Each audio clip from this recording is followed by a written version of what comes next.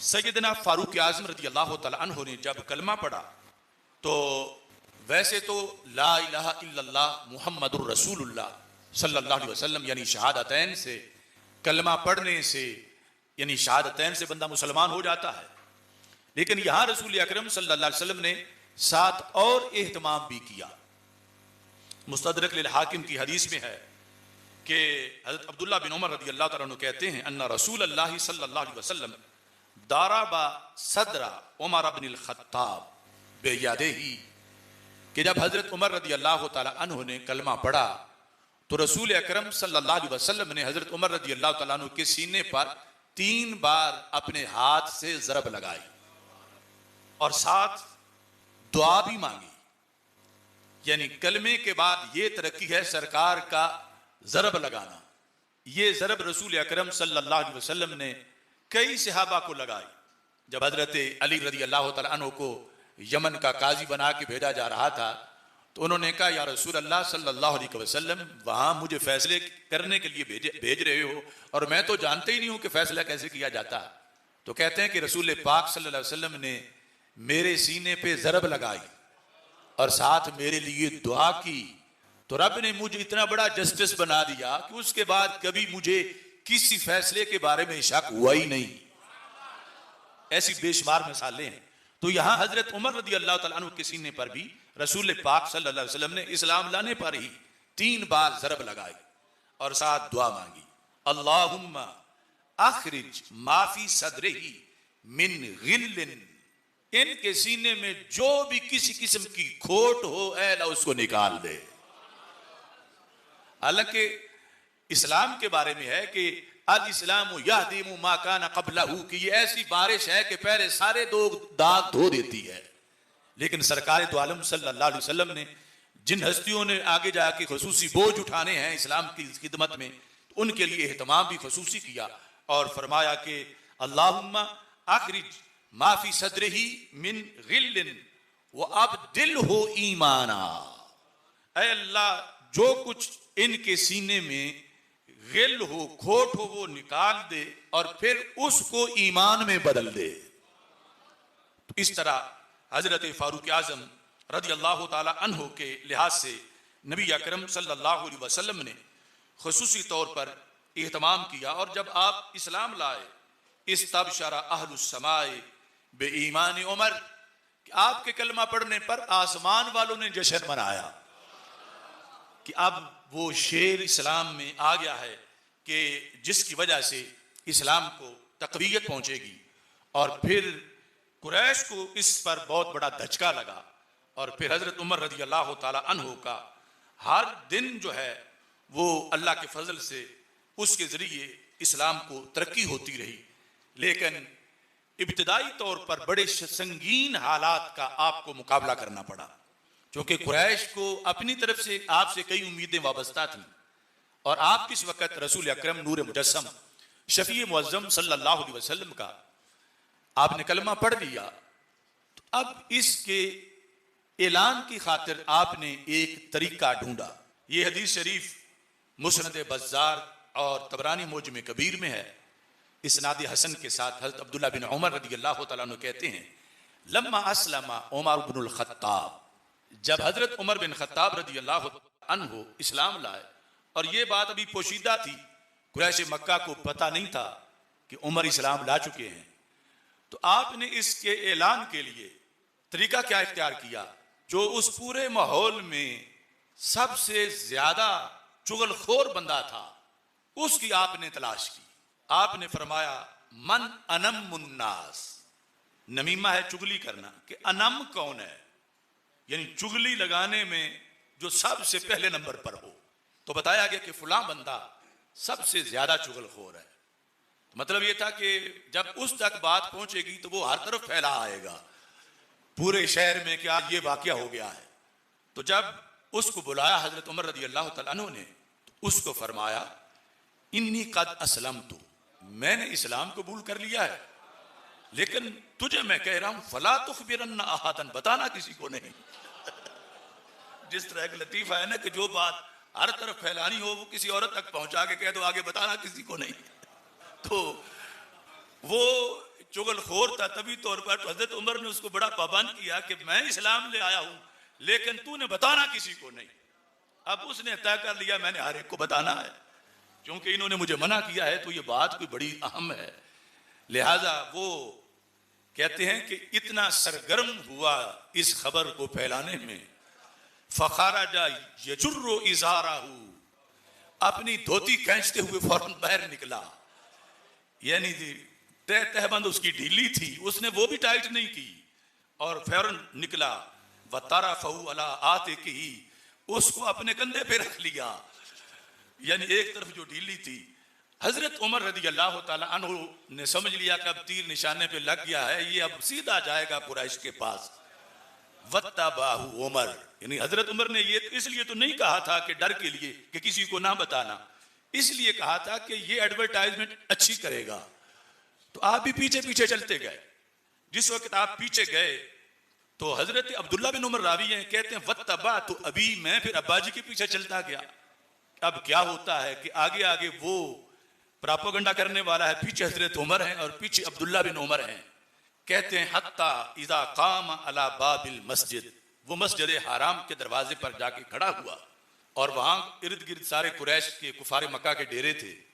सारा बिआला सौते ही, उसने पूरा जोर लगा के ये ऐलान किया बुलंद आवाज से, फकाला अला इन्ना उमर कद सबा, सारे जान लो, जो उसके लफ्ज थे माज़अल्लाह कि उमर बेदीन हो गया है।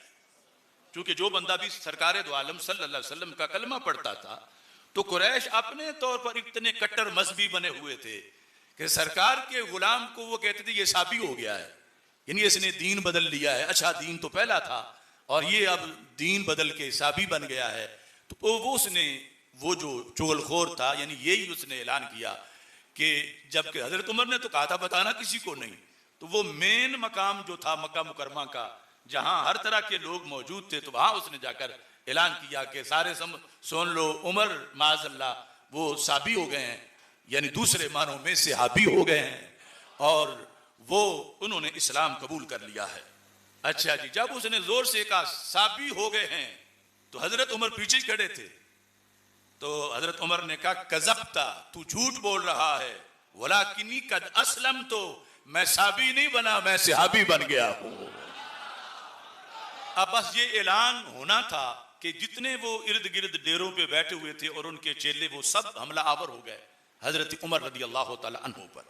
यानी आज गज गज लंबी जबानें निकालने वाले जाहिल जाकिर, उन्हें क्या खबर कि ये इस्लाम कितनी आजमाइशों से इन हस्तियों ने निकाल के हमारी तरफ पहुंचाया। तो हजरत उमर रदी अल्लाह ताला अन्हु अकेले थे और ये जुर्रत थी कि खुद साथ उसके, जब उसने कहा साबी हो गए, आपने फरमाया नहीं मैं सहाबी बन गया हूं। फ़क़ाम इलैहि खल्कुन मिन कुरैश, कुरैश से एक खल्क यानी एक गोया के जत्था उठा, फ़क़ातलहुम, तो हजरत उमर भागे नहीं, आपने उन सब से लड़ाई की। क़ातलहुम, कातला के फ़ैल उमर हैं, उन सब से आप लड़े। वक़ातलूहु, और वो आपसे लड़े, जाहिर है कि वो बहुत से ज्यादा तादाद में थे। हत्ता साकाता, यहां तक कि उनके मुसलसल डंडे मारने से, कुलाड़ियां मारने से, हमले से हजरत उमर रदी अल्लाह तआला अन्हु जमीन पे गिर पड़े। वह अकब्बु अलैहि, और वो सारे ऊपर से झुक के आपको मारते रहे। यानी ऐसे एक बंदा इन उस कसीर ग्रोह के अंदर जमीन पे पड़ा है और वो मार रहे हैं, और उसने माज़अल्लाह कोई जुर्म नहीं किया, सिर्फ वो सहाबी बना है। इतने में जा रजुलन, एक शख्स आया, फ़क़ाला मालकुम वर्रजुल, तुम्हारा झगड़ा क्या है इस बंदे से, इतने सारे मिलके इस एक को मार रहे हो। तो कहने लगे इख्तार ले नफ्सिही इत्तिबा मुहम्मदिन सल्लल्लाहु अलैहि वसल्लम। मालकुम वर्रजुल कहने वाले ने ये कहा कि ये कोई जुर्म नहीं है, इख्तार ले नफ्सिही इत्तिबा मुहम्मदिन सल्लल्लाहु अलैहि वसल्लम, इन्होंने सरकार दो आलम सल्लल्लाहु अलैहि वसल्लम की पैरवी के लिए अपने लिए इंतखाब किया है कि मैं उनकी पैरवी करूंगा, तो तुम्हें इसमें तकलीफ क्या है कि तुमने इनको मारना शुरू कर दिया।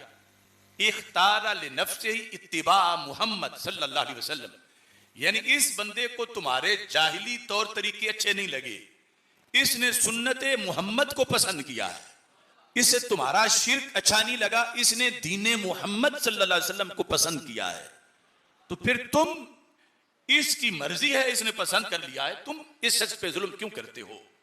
और साथ एक उस वक्त का जायजा भी उस शख्स ने पेश किया। उसने कहा ये बंदा अकेला नहीं है। अतरौना बनी अदी इब्न काब युखल्लूना अनकुम, क्या तुम्हारा ये तुम्हारी राय है कि इनका जो कबीला बनी अदी बिन काब है वो पीछे इनके नहीं आएगा और ये ऐसे ही तुम्हारे रहमो करम पर रहेंगे, तो कुछ होश करके इस पर हमला करो, तुम्हें बहुत बड़े कबीले का सामना करना पड़ेगा। खल्लू अनिर रजुल, इनसे पीछे हट जाओ। तो हजरत अब्दुल्ला बिन उमर कहते हैं फिर सारे पीछे हट गए। यानी दो बातों पर, एक तो इसकी मर्जी है, इसने ये चुनाव किया है कि मैं जिंदगी हजरत मोहम्मद मुस्तफ़ा सल्लल्लाहु अलैहि वसल्लम के तरीके पर बसर करूंगा, तो ये कोई जुर्म नहीं बनता। दूसरा ये है कि इनका बहुत बड़ा कबीला है, फिर तुम्हें खुमियाजा भुगतना पड़ेगा, जो कर रहे हो इससे कहीं ज्यादा तुम पे तशद्दुद होगा। तो फिर फतकशफल कौम अनहु, वो जितने भी हमला आवर थे वो सारे पीछे हट गए। हजरत अब्दुल्ला बिन उमर रज़ी अल्लाह तआला अन्हु कहते हैं बाद में मैंने अपने अब्बा जी से पूछा मनिल रजुल, वो बंदा कौन था कि जिसने ये बात की थी और छुड़ाया था। तो उन्होंने कहा अल-आस बिन वाइल सामी, वो आस बिन वाइल सामी था जिसने उनको कहा था और मुझे छुड़ाया था। तो ये यानी हजरत उमर रज़ी अल्लाह तआला अन्हु का इस्लाम लाना बहुत बड़ा धचका था। इस पर ये शरीद रद्द अमल था उनका कि अगर ये नए नए तरीके के मुताबिक उम्मत की अक्सरियत आज भी नमाज पढ़ती है।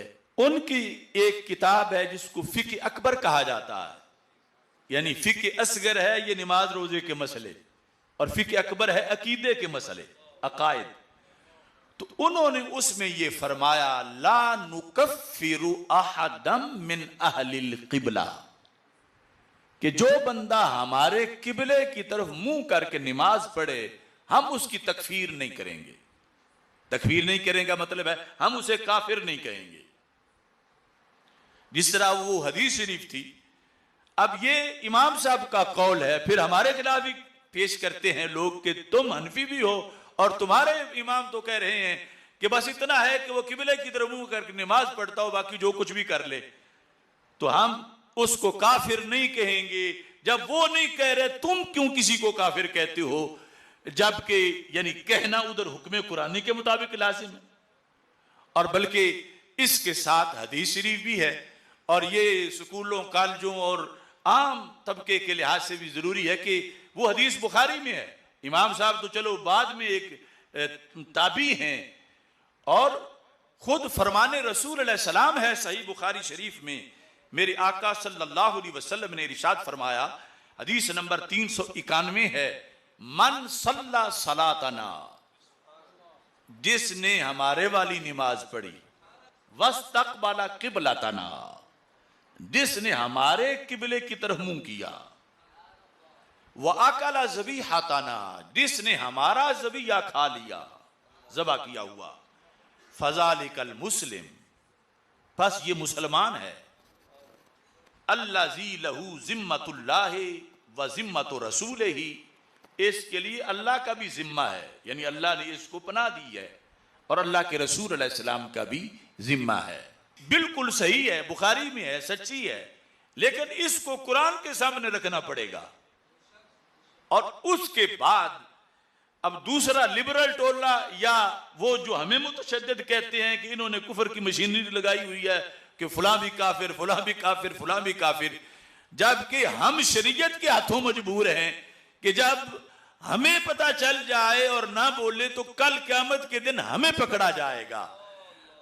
अब कोई कुएं में गिर रहा हो और पास नाबीना बैठा हो तो उस पर FIR नहीं कटेगी, वो तो है ही नबीना, और आंखों वाला बैठा होगा तो उसको कहा जाएगा कि उस बेचारे की तो आंखें नहीं थी, तेरी तो थी। ये जो हदीस शरीफ है इसमें भी वही चीज पेश नजर है। यानी ये मतलब नहीं है कि सिर्फ कोई हमारा खाना खा ले और हमारे किबले की तरफ मुंह कर ले, बाकी जब चाहे बुत को सजदा कर ले, जब चाहे माज़ल्लाह कुरान जला ले। तो अब यहां ये जो हदीस शरीफ है इसके लिहाज से आला हजरत फाजिल बरेलवी रहमतुल्लाह अलैह आयत पेश करते हैं।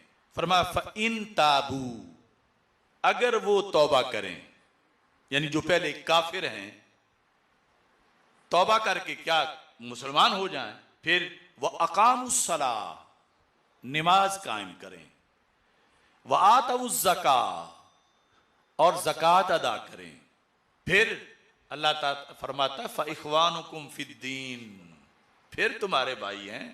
यानी आज अब ये बात भी मेरी पता नहीं कितनी जगहों पे नोट की जाएगी, किसने ये भी कहा था, आज कोई मौका होता है, सिख हो, हिंदू हो, क्रिश्चियन हो, क्या कहा जाता है, ये हमारे फुलां भाइयों का त्यौहार है, हम एक बरादरी हैं, हमारा भाईचारा है, हमारा कुरान क्या कहता है। फरमाता वो कलमा पढ़े, वो नमाज पढ़े, वो ज़कात दें, अब फ़इख़वानुकुम, अब तुम्हारे भाई हैं। हमने कितना सस्ता इस्लाम समझा हुआ है। यानी ये कुरान क्लियर शर्त है ना, शर्त पाई जाए तो मशरूत पाया जाता है। पहली इन ताबू, फ़इन ताबू, अगर तौबा करें, यानी कुफर शिरक से कलमा पढ़ें, फिर वह अकामुस्सला, नमाज कायम करें, वह आतउज़ ज़का, ज़का दें, ज़कात दें, तो जज़ा क्या है। अल्लाह फरमाता है मैं कहता हूं उनको भाई कह लो, फ़इख़वानुकुम फ़िद्दीन, वो तुम्हारे दीन में भाई हैं। अगरचे नस्ली तौर पर नहीं, भाई कहने के लिए भी कुछ शराइत हैं कि फुला हमारा भाई है, फुला हमारा भाई है। अब तो भाई तक रुकते ही नहीं, पता नहीं आगे कहां तक उनको अपना बनाने के लिए, हालांकि वो कभी भी नहीं बनेंगे। ला तत्तखिजुल यहूदा वन नसारा औलिया, ये रब का फैसला है, क़यामत तक हर चीज जानने वाला है। उसे जो पता है वो भाई नहीं बनेंगे, वो फिर भी तुम्हें मारेंगे। गजा का क्या हाल हुआ। तो फरमा अगर वो तौबा कर लें कुफर से, ये नहीं कि सिर्फ बमबारी से, वो कुफर से तौबा करें, वो ज़कात दें, नमाज पढ़ें, फिर वो तुम्हारे भाई हैं। वनुफस्सिरुल आयाति लिकौमी यालमून, हम इल्म वालों के लिए आयात बयान करते हैं। अल्लाह फरमाता है व इन नाकासू ऐमानहुम, ये यमीन की जमा है, ऐमान, एक तना ईमान, जो हम सब के दिलों में अल्लाह के फजल से है, अहले ईमान है, यह है ऐमान, कि उन्होंने हलफ उठाया था, दस्तखत किए थे कि हम जो है वो मुसलमान हो गए हैं, सब कुफर छोड़ दिया है, लेकिन साबित क्या हुआ कि उन्होंने वो कसम तोड़ दी है। फिर कसम तोड़ के किया क्या है, वही नाकासू ऐमानहुम मिन बाद अहदिहिम व तानु फी दीनिकुम, उन्होंने तुम्हारे दीन पर तान करना शुरू कर दिया है। लफ्ज तान तो जानते हो ना, यानी कुरान इतना आसान है हमारे लिए कि 50% लफ्ज तो हम रोज बोलते हैं उर्दू में, पंजाबी में, तो कुछ भी कोशिश करें तो कितना आसान है हमारे लिए। फरमा वतानु फी दीनिकुम, उन्होंने तान करना शुरू कर दिया तुम्हारे दीन पर। अब मुझे इस बात पर भी कितना अफसोस है कि हमारे लोग रिज़्क के लिए दारुल ईमान को छोड़ के दारुल कुफ्र में जा बैठते हैं। जर्मनी, इटली, अमेरिका, बरतानिया, और उनसे फिर अपने कानों में हर वक्त इस्लाम के खिलाफ सुनते हैं कि तुम्हारा इस्लाम ऐसा है, तुम्हारा इस्लाम ऐसा है, तुम्हारा कुरान ऐसा है, तुम्हारे नबी अलैहि सलाम ने ये किया। ये सुनते हैं ना बातें दिन रात। तो इस पर सब्र करने से भी बंदा ईमान से खारिज हो जाता है कि या तो फिर मर जाए या उनको मारे। अल्लाह ताला फरमाता है व नाकासू ऐमानहुम मिन बाद अहदिम व तानु फी दीनिकुम, सच्चे दीन पे उन्होंने तान किया, जो अल्लाह का पसंदीदा दीन है और जो मुसलमानों तुमने कबूल किया है। तो अल्लाह ताला फरमाता है फकातिलू अइम्मतल कुफ्र, अब कोई भाई भूई नहीं, कत्ल कर दो इन काफिरों को। ये कुरान है। अब ये लफ्ज भी हमारी जुबान से निकले तो FIR है, तुम कहे तो कत्ल कर दो, कत्ल कर दो। अगरचे वो आगे जिस जिसकी ड्यूटी है वो उसने करनी है, लेकिन कुरान तो इस्लामी हुक्मरानों को कह रहा है गूंगे थत्थे बन के ना बैठो, उनको कत्ल करो। अल इमामु जुन्ना, हुक्मरान मुसलमानों की ढाल होती है, उस पर ड्यूटी है कि वो ये काम करे, ना कि उनकी लौंडी बन के बैठे। ये वो कुरान है जो क़यामत तक नहीं बदलेगा, और ये वो कुरान है कि जिसके हर लफ्ज पर ईमान हो तो हम मुसलमान हैं। अब सोच लो फिर क्या सूरत हाल है।